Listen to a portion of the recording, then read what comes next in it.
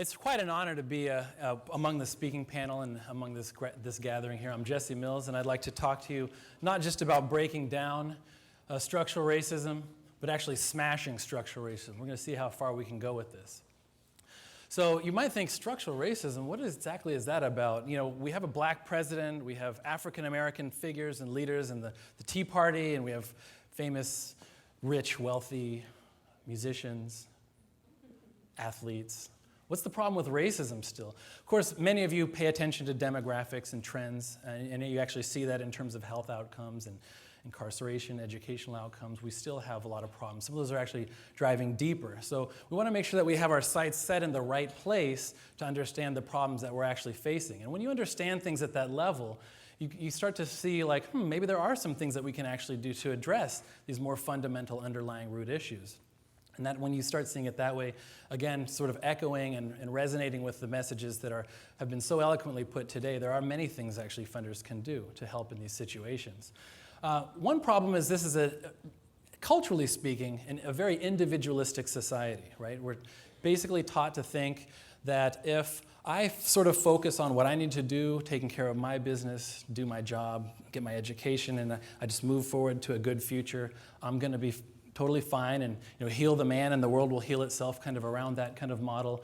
And this has tremendous implications in many areas of our society, but I would think in the case of racism, I think there are some of the most harmful implications of that way of thinking, because I think what it's hard to understand is that what you're actually dealing with is a system that's designed to actually create and maximize and even monopolize privileges and opportunities for desired or for specific groups. So here we're looking at educational tracks. Where are the schools that are pipelining you into greater educational opportunities, or where your entrepreneurial or your work opportunities, like where's the capital, who has access to that? The neighborhoods, the single greatest the way that Americans gained wealth over the last century has been through the increase of home equity. And when you add 100 years ago, you had explicit policies racializing who had access to home loans, who had access to property. And so you kind of stack these things together and you see that it's a system that's actually designed to prevent certain people who are viewed as monsters or threats to the system from having access to that opportunity. And it has taken a number of forms and shapes in our history and our experience, but we see that basically containing people. Often people talk about racism as just a negative system, right? And it's actually both negative and positive in the sense that it's a system designed to create tremendous privilege, opportunity, and wealth, but it's just for certain people and certain groups. So the reservation systems, of course, there's a horrific history of dealing with indigenous people here, yet that's where the land base, that's where the opportunity to actually grow and build an infrastructure of an industrial and capitalist nation comes from. And you get the separate schools, the education, the labor force that actually pulls together, builds literally the country from the ground up. These things are all structures and systems that have been put into place in order to make sure that the risks or the costs of production and of growing a nation go kind of downward, and the opportunities to profit or to grow and maximize off that kind of flow upwards. So these systems end up looking like things that many of us are very familiar with. Undereducation, educational gap, because the schools, we obviously used to have policies that mandated, federally allowed separate schools, different levels of education. And now often some of these issues still remain with us, and because of the ways that these systems work together. Substandard housing. Housing that puts you either in remote areas or in closer proximity to environmental toxins and hazards. Housing that's overly dense and puts you in kind of situations where there's increased levels of stress and anxiety just around the living conditions itself. Inadequate transportation that makes it difficult for you to get from your segregated or isolated house to the place where you work, where you're largely exploited and unable to make ends meet. Or multiple people in the household have to kind of work, income earners, minors, and others, just to kind of make ends meet while people are calling you lazy and uninterested in working and undesirable. All of this to make sure that it's hard for you to have health insurance, and even if you do have insurance, you maybe don't trust the system that's providing you health. It may have experimented on you or done other horrendous things or ignored you along the way, so that it's a system you don't even look to in terms of figuring out how to improve your life or your quality of living. And neighborhood violence, which absolutely we focus on some of the more spectacular versions of the internalized violence, which are real issues in our communities. What we tend to focus on less are the rampant institutionalized state violence that runs amok often in the communities that we care about, with police harassment and racial profiling and increased incarceration that decimates often the communities that are experiencing the most need. So when we talk about race, what we're talking about are these kinds of things. The fact that being separated from opportunity is actually a social position. It's often geographical, like a geographical segregation. And it's a space that's actually opened up for many people. We can think about sort of dense, urban, African-American contexts. You had the descendants of slaves looking for better opportunities often, migrating out of the south, north, to the east, and to the west, looking for opportunities that certainly around the World War II era were present. There were real opportunities to gain a blue-collar path to a more substantial living, to a middle-class position. Obviously, when the companies took off, the people were left there, and then those urban cores deteriorated into many of the issues that our communities face. Migrant workers, we experienced certainly in San Diego, many coming from Central America and Mexico.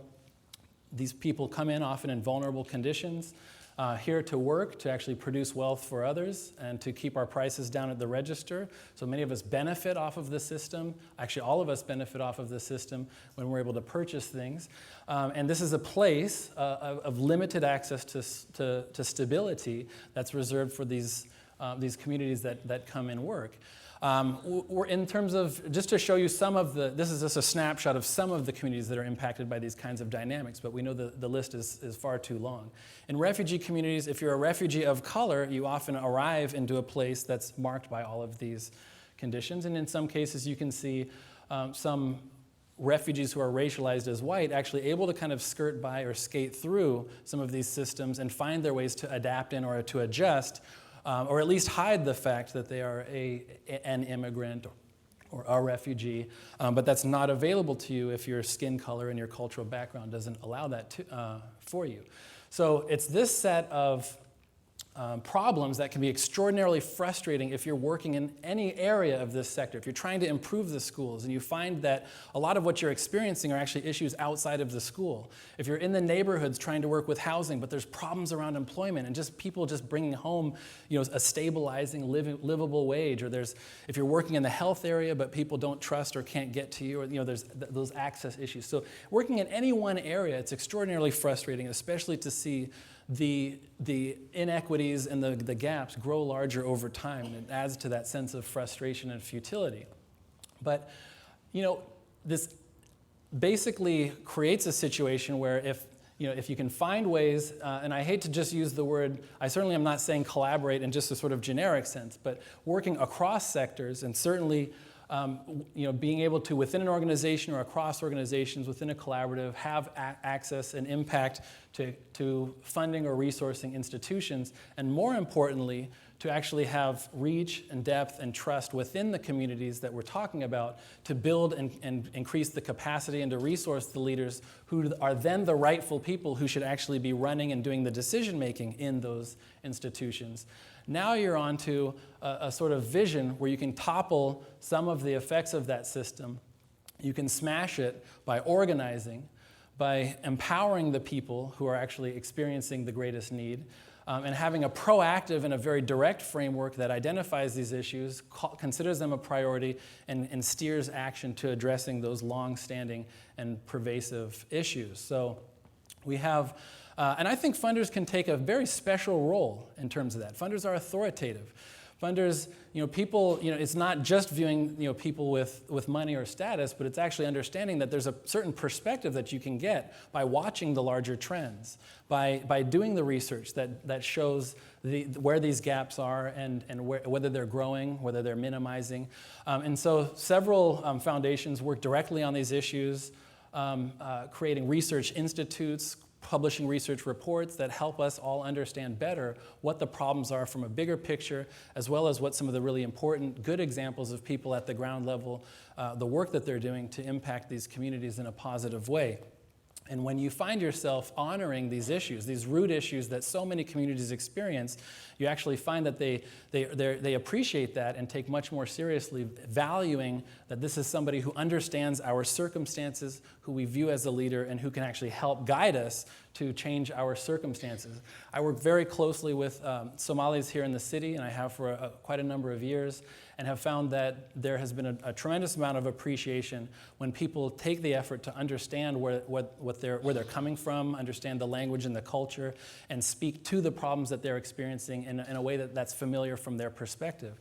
So even small efforts in this direction actually go a long way in terms of building relationships and trust, because again, you're telling people, I'm not just going to have a pink elephant in the room that we're not going to talk about. I'm going to call out and recognize the comprehensive kinds of challenges and issues that you and your family are experiencing. I also want to encourage you to think in terms of ways that funders can integrate or take internally these issues in this analysis. So here's a little bit of a cartoon that it's kind of funny. No wonder we're losing money. This organizational chart is upside down. And it's funny kind of in and of itself for its comic value, but I also want to suggest that there's kind of a way that race has functioned in this society that has kind of flipped our organizational chart more generally, like across society, where it actually is, if you really believe the principles of the Constitution, and at least the liberatory principles of what this nation is based upon, the idea is that the ordinary citizen, the person, is actually the top of your political system. This is the person who has the right not to be infringed upon without due process. This is the person who has the right not to be surveilled. The person who has, that's the key, that's the top point of your political system.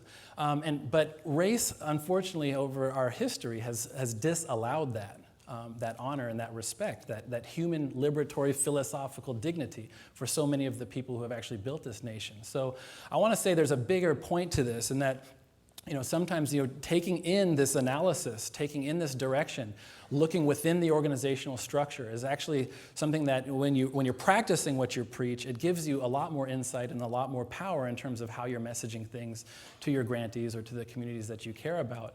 And in some cases, people might do survey work or consulting, or maybe have some kind of frontline level staff who are from these communities.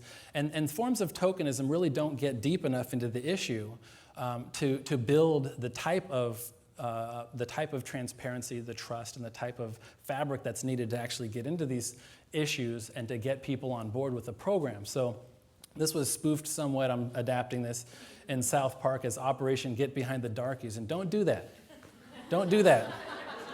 Okay, moving on, grant making. This is a single area where you can have tremendous impact, regular recurring impact, and can actually build a body of knowledge. In your request for proposals, consider having language in there. Consider asking for or rewarding organizations that actually have some type of a lens around structural racism and have committed or pledged to do some amount of work in a direct way to impact that. It may take time to refine this or build what that means for your your organization, your granting, but to just put that intention out there and that language calls up the energy, and it validates that language. It says we will talk about this, we will address it. Same thing with the grantee guidelines. Same thing with the kind of assistance you make available to your grantees. Do you put them through a program where they have orientation, where they have technical assistance throughout the year, and that when they're pulling their report together, you have people that are helping them to articulate what that lens is, articulate their work in the terms of those outcomes, and that you can say that your grantees, your docket, your group, your community has actually made headway in these various ways. So I think that these are some of innovative. If anyone's going to be innovative, absolutely, funders are in a great position to do that. You have the resources, the perspective, and the position, but the reality is true innovation comes from actually working together with people. It comes from the sharing of power and the conversations and the decision-making that is actually led by the people who are the most affected by these issues. The view from the top, from flying over the social issues is not the same, and you can often miss and fail to capture the experience of actually being at the ground level and being in a community that's sort of taking the hundreds of years of the kind of the marginalization of segregation. So working together, sharing the power is actually where true insight comes from. Insight and innovation is not necessarily new ideas that nobody has thought of. It might actually be in the form of simply having a process or a way of doing things that actually lifts up others rather than yourself. And this can be, I would argue, is actually essential to have an impact on the area of structural racism.